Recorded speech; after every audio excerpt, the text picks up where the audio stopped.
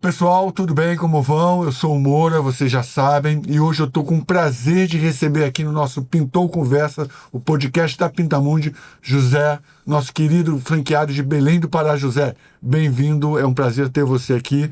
E a gente vai conversar um pouco sobre o varejo, principalmente na sua região, que é o que pouca gente conhece, mas a gente tem Pintamundi em quase todo o Brasil. E o varejo é muito forte na região. José, bem-vindo. Opa, Marcelo, obrigado aí pela recepção. Como você falou, eu sou José Júnior, sou franqueado Pintamundi de Belém do Pará. Que legal, cara. Fica à vontade, é um bate-papo sobre o teu negócio, como você entende o varejo em geral. E eu queria já trazer um diferencial seu, porque na verdade você tem um sócio, você tem mais de uma empresa e você consegue linkar um pouco de todo esse trabalho que você faz nas empresas para ter resultado na loja. Explica como é que é um dia a dia do varejo na sua região lá em Pará. Que é uma cidade maravilhosa, inclusive eu estive lá e a comida é bem diferente do que eu estou acostumado e eles me levaram para tudo que é lugar. Mas me explica um pouco como é que é trabalhar no varejo na sua região lá no Pará. Moura, como tu disse, a gente tem dois ramos diferentes, né? E há 3 anos atrás a gente começou a trabalhar com o varejo, certo? Com a Pintamundi. E assim, até então a gente tem se sentido bem feliz, né? Em trabalhar com varejo, porque é uma dinâmica diferente, e até para mim mais agradável do que o meu outro ramo que a gente atua, né? São problemas diferentes, são culturas diferentes, a abordagem que a gente tem com nossos clientes é diferente. Em Belém, o varejo, ele é, assim, a gente tá localizado numa região muito remota, Uhum. certo? Do país. A logística para Belém, ela é um pouco mais Os complicada. impostos são mais Exato, tem caros. uma diferença de imposto, tem uma diferença de logística, né? Frete, transporte. Então, isso impacta muito no nosso custo, né? Aquisição de produtos. Mas é uma região que consome. A gente identifica que ainda é um mercado relativamente novo, né, em comparação aqui com a região sudeste do Brasil. Mas é muito bom, cara. Muito satisfatório. Tem sido muito satisfatório para a gente aí trabalhar com varejo lá, principalmente de tinta, né? O que eu percebi quando eu estive lá há pouco tempo com eles, mas eu percebi é que existe um mercado crescente lá, principalmente prédios, né? Tem muita construção de prédios. Tá tendo um evento grandioso lá agora também. Isso. Qual é o nome do É a evento? COP30, certo? Isso, que também motiva muito o crescimento da cidade. Isso, exatamente. A gente a cidade em si, né, tem recebido muito investimento de infraestrutura, né? O município, né, de Belém, ele carecia de muita infraestrutura, tanto rodoviária quanto de saneamento. E com o evento, né, da COP30 que vai acontecer esse ano lá, o governo federal e estadual tem investido muito na infraestrutura, e isso também tem puxado outros setores. Por exemplo, a gente no varejo também tem conseguido atender obras, né, que vão fazer parte, né, lá da COP30, por exemplo, hotéis, equipamentos públicos, né, tem parques lá que estão sendo construídos, e a gente tem atendido esses clientes, né, construtores que estão executando essas obras lá no município. Legal, legal. E eu acho que isso é muito interessante a gente falar, porque a gente sempre pensa em cliente, a gente sempre pensa em pessoa física, quando fala uma loja, por exemplo, no caso de tintas, e você migrou muito forte para também pessoa jurídica, né? É o famoso B2B, B2C que a gente fala tanto. E como é que é esse tipo de negociação? Porque eu sei que você traz vendedores fortes do mercado para dentro da tua loja. São caras que têm contatos, que ficam ligando o dia inteiro, que fazem um trabalho muito forte.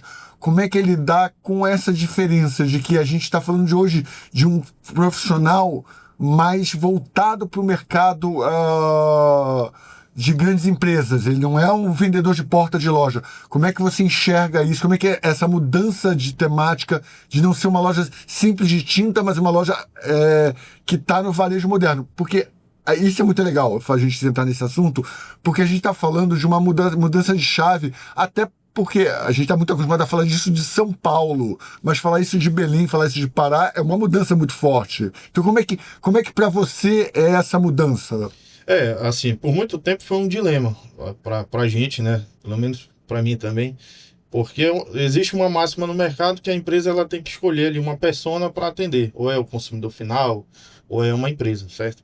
Só que ao longo do tempo a gente foi identificando que essa persona ela tá focada ali para um vendedor nosso. um tipo de vendedor nosso, certo? Hoje a gente tem vendedor que atende balcão, tem vendedor que atende WhatsApp, ali o nosso SDR, e tem um vendedor que ele é um vendas externas, tá? Que ele atende grandes clientes ali. E aí vai de empresas, condomínios, faculdades, escola, ele atende esse público, certo? E eu tenho os outros vendedores que fazem esse atendimento mais para o consumidor. Legal. O pequeno consumidor. Você segmentou os seus vendedores, né? Você tem vendedores específicos para cada tipo e o resultado acabou vindo, né? Exatamente. Não é uma divisão fácil de ser feita, até porque o meu vendedor de balcão, muitas das vezes, ele quer um grande cliente ali na carteira dele. Mas a gente tem conseguido equilibrar isso, né?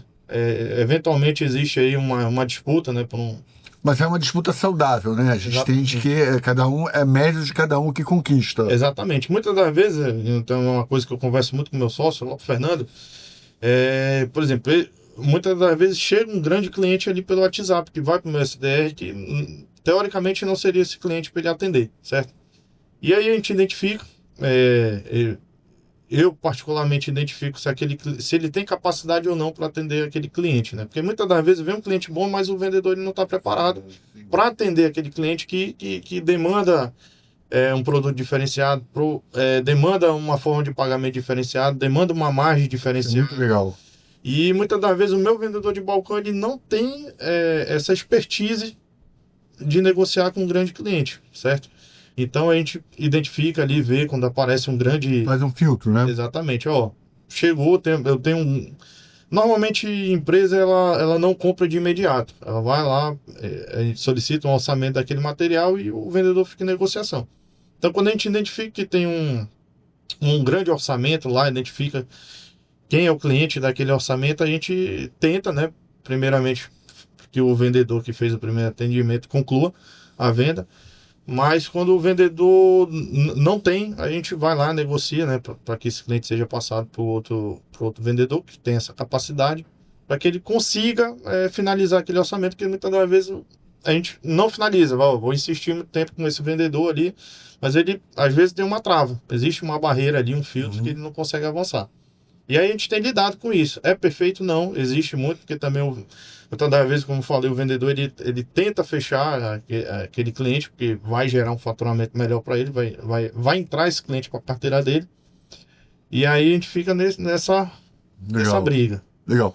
Como é que você trabalha nessa questão? A gente só tocou num ponto bem interessante. Como é que você faz a questão de produto? Porque você tem um mix de produto, tem que saber negociar o produto com a melhor margem, com o melhor resultado, aquele produto que você tem mais dificuldade de receber. O vendedor acompanha tudo isso. Eu sei que você tem um gerente ótimo, Rafael. Isso, positivo. Ele acompanha tudo isso. Eu tenho que falar o nome do Rafael, senão ele vai brigar comigo. Não posso esquecer dele.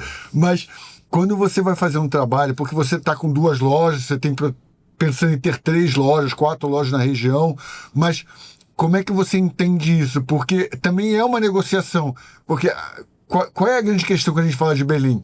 A gente está falando de um local que tem um trâmite de dificuldade de entregar um produto lá, a não sei que você compre de um distribuidor local, mas tem uma questão para manter a margem, e tem um produto local também que é bem interessante e você também trabalha ele muito bem.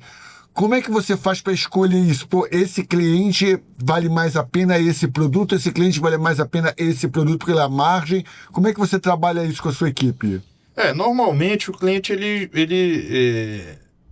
vamos colocar como exemplo uma empresa, ele já vem com esse produto especificado. Legal. Certo? Então,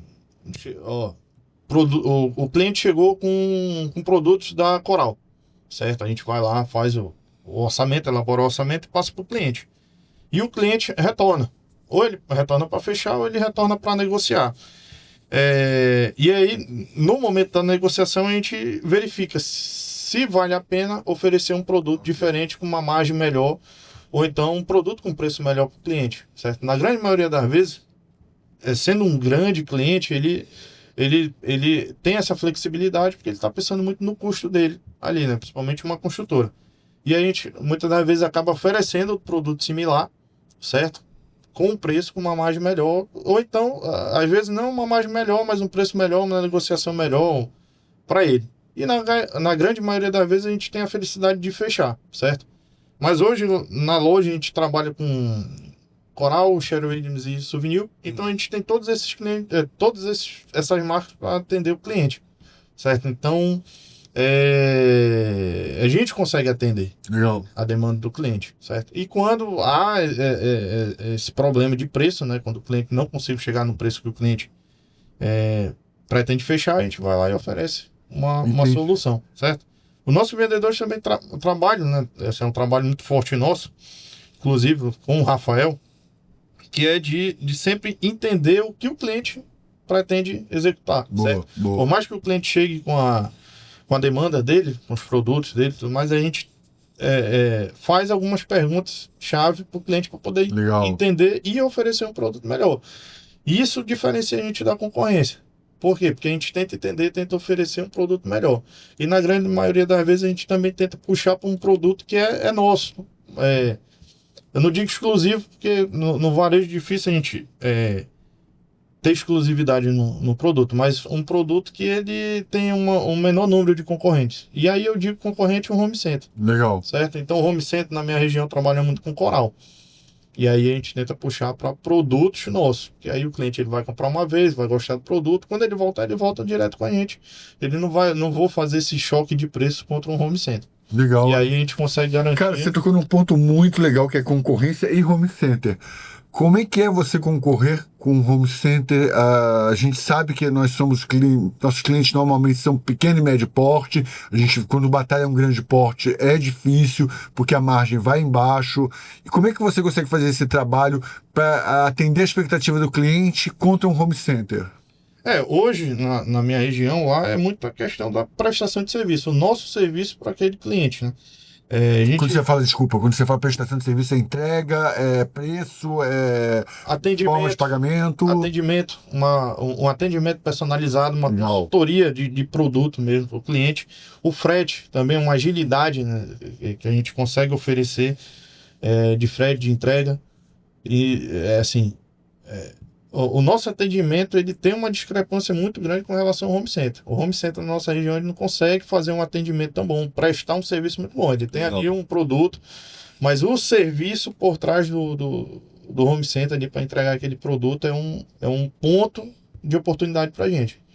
Certo? Que aí eu consigo fazer um atendimento ágil, consigo fazer uma entrega ágil. Entendi. E, por exemplo, uma construtora, isso é muito bom. Eu acho isso legal para a gente estar falando sobre o assunto, porque eu já vivi o outro lado. Eu fui gerente da Leroy Merlin durante 2 anos da minha vida e eu via muito isso. O atendimento não é tão específico assim, até para pequeno e médio cliente. A Leroy manda aí no corredor, é corredor tal, e você vai lá, ela foca muito no grande cliente, e a entrega normalmente não é imediata, depende do fluxo daquela região, se já tem alguma entrega programada, e aí é feita a entrega. O que eu vejo muito em lojas como as nossas, é justamente esse diferencial. Principalmente no que você falou. Quando a gente faz um atendimento, a gente procura entender o que o cliente está precisando para depois fazer a entrega. Esse é um diferencial muito bom. O que você sente mais que poderia, assim, pensando em crescimento, o que você acha que falta ainda para você bater a casa do 500 mil, um pouco mais? O que você acha que falta para que você pense em implantar na sua loja para crescer mais ainda? Hoje eu acredito que estoque, certo? Para a gente poder atingir metas, né, determinados valores, a gente precisa estar com um estoque muito, muito bem alinhado. Foi uma dificuldade que você teve no início e depois você teve que refazer tudo novamente. Exatamente. Né? Então, muitas das vezes o cliente chega, assim, até contextualizando mais um pouco, a gente é multimarca. Então, eu tenho várias marcas dentro da minha empresa. Então, eu tenho vários produtos concorrentes dentro da empresa. Então, tinta de piso.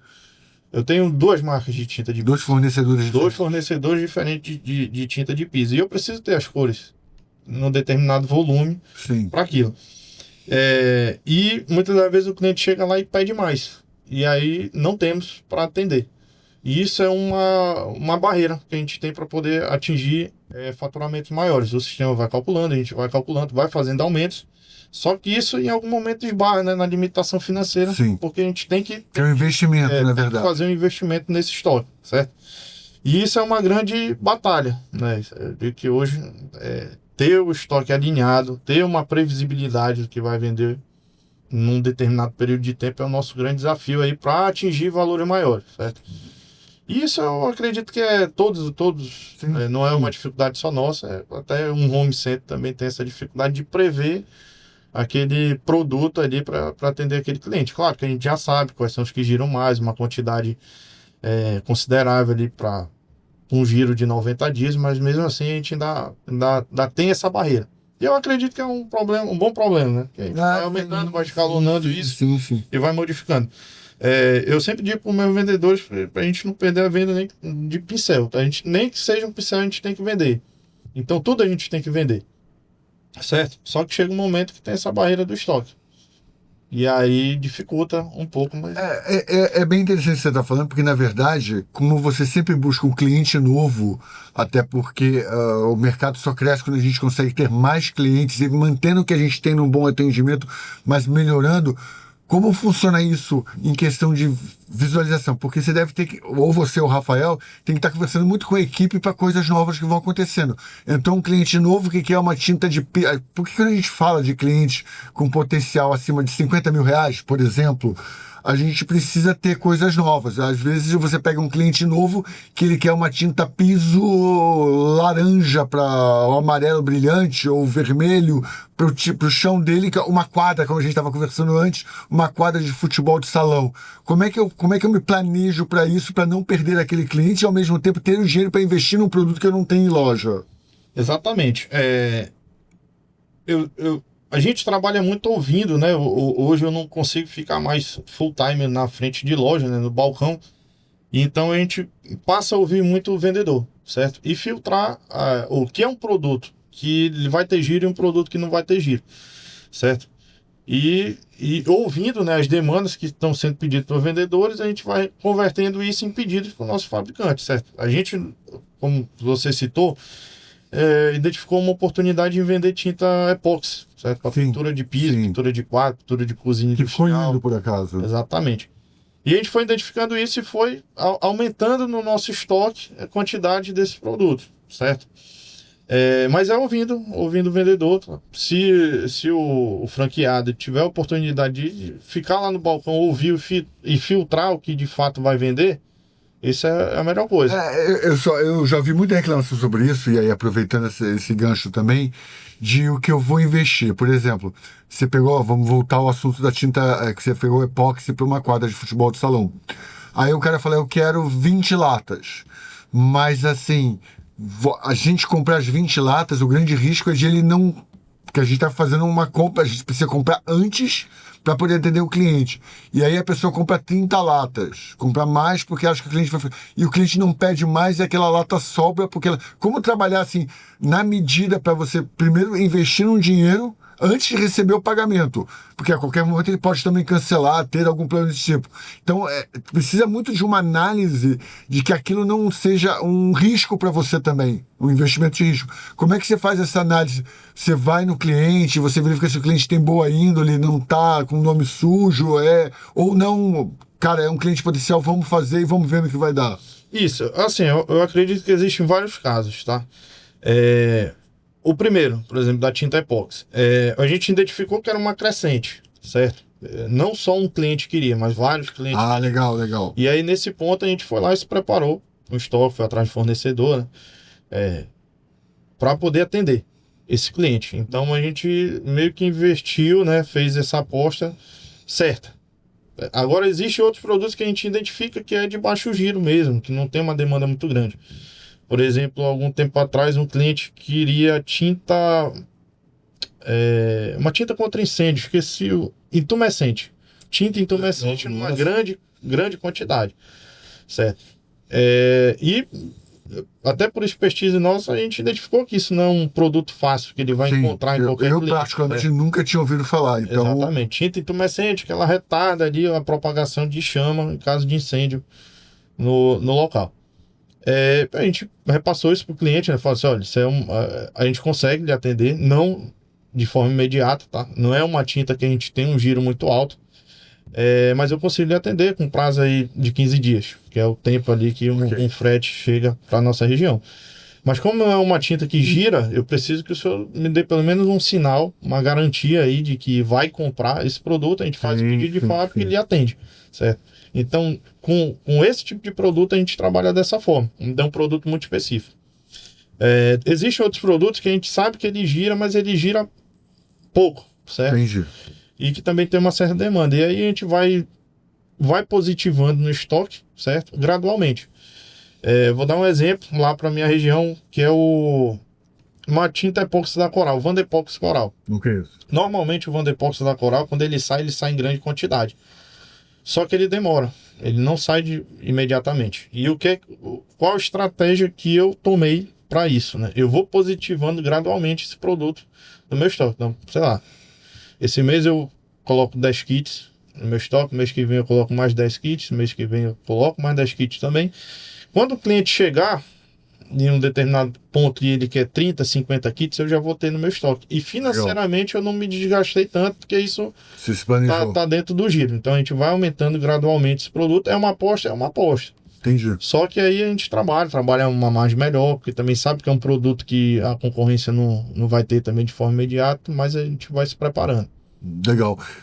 É bom isso que você está falando, porque na verdade não é um trabalho solitário. Você tem que conversar com seus vendedores, olhar o sistema, ver a curva de venda, ver a negociação.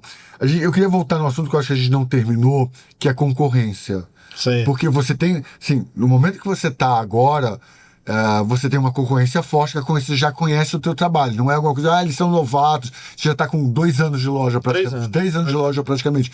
Então a concorrência já te conhece, o pessoal já sabe que você é um cara agressivo. Quando eu estive lá com você, a gente conversou sobre isso, muito sobre essa questão da agressividade. Como a concorrência encara vocês agora na questão de margem e preço? Porque provavelmente a gente sempre conversa muito com o franqueado, é um assunto muito delicado. Eu ia levar isso para um próximo programa, mas eu acho que vale a pena a gente conversar agora, que é a questão da margem. Como é que você trabalha a margem versus forma de pagamento? O que você entende que vale a pena investir num cliente novo ou não? Porque hoje o mercado entende que margem boa é 40%, até 38%. Mas a gente sabe que quando a gente fala de concorrência, essa margem nem sempre dá. Eu já vi loja fechando com margem à vista de 18%. Então como é que funciona isso para você? Marcelo, assim, eu tento identificar muito o cliente, tá? O meu outro ramo de atuação é construtora, certo? Eu tenho uma construtora que a gente presta serviço. Na construtora, eu tenho um comprador que ele faz cotações, certo? Então ele entra em contato com vários fornecedores ali, faz uma cotação, melhor preço, ele fecha, certo? E eu trago essa experiência para a loja. Então eu sei que eu não posso trabalhar com uma margem muito alta, por exemplo, quando eu estou atendendo uma construtora, porque eu sei que ela faz esse serviço. Eu sei que ela faz essa cotação no mercado. Então eu tenho que ter uma margem. Mas o que ela faz fechar com você? A minha dúvida é essa. O que ela faz... Por exemplo, você está falando com concorrência na área de construção. Você sabe que o mercado faz 25%, por exemplo. Você já oferece 23%? Não. Imediatamente não. E muitas das vezes a gente trabalha até com um preço um pouco mais alto do que o da concorrência, mas com a promessa de um atendimento mais ágil. Entendi. Certo? Então uma construtora, por exemplo, na maioria das vezes, ela quer 60 latas de massa para outro dia. A gente vai lá e atende. Eu tento chegar o mais próximo possível ali do preço do concorrente. E na maioria das vezes eu fecho com um preço um pouco mais alto, mas eu consigo atender de uma forma... Legal. Então o que você entende, desculpa te cortar, mas o que você entende é que não é só preço, mas também tem outras questões que fazem com que ele prefira ficar com você. Exatamente. Certo? Às vezes é uma diferença ali, por exemplo, tratando uma massa corrida. É a diferença de R$1, R$2 para a concorrência, certo? Mas o meu serviço, a minha agilidade faz com que o cliente feche comigo. Legal. Porque ele entende que aquilo vai chegar mais rápido e isso gera um custo para ele. Claro que tem um cliente que ele é chorão.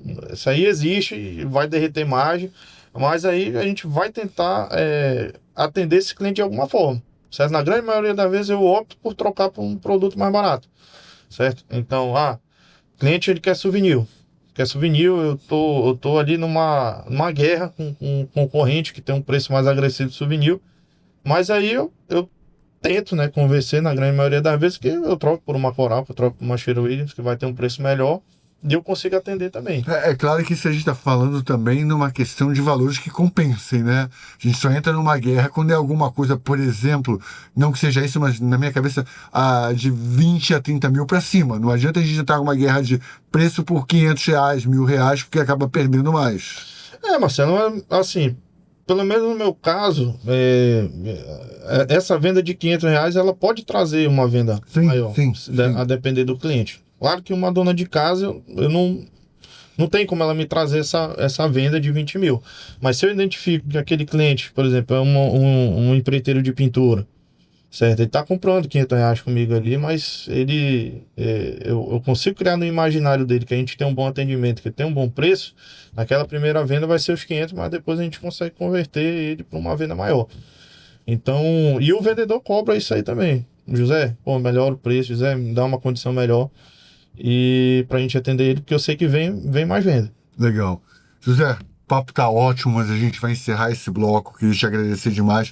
Queria que você desse para essa câmera aqui uma opinião sua sobre o que você acha que as pessoas têm que entender do mercado que você já aprendeu, para a gente poder encerrar. E eu queria agradecer a todo mundo que está assistindo esse programa. A nossa intenção sempre é trazer novidades no mercado, trazer insights para poder justamente as pessoas entenderem o que se pode fazer de diferente, José.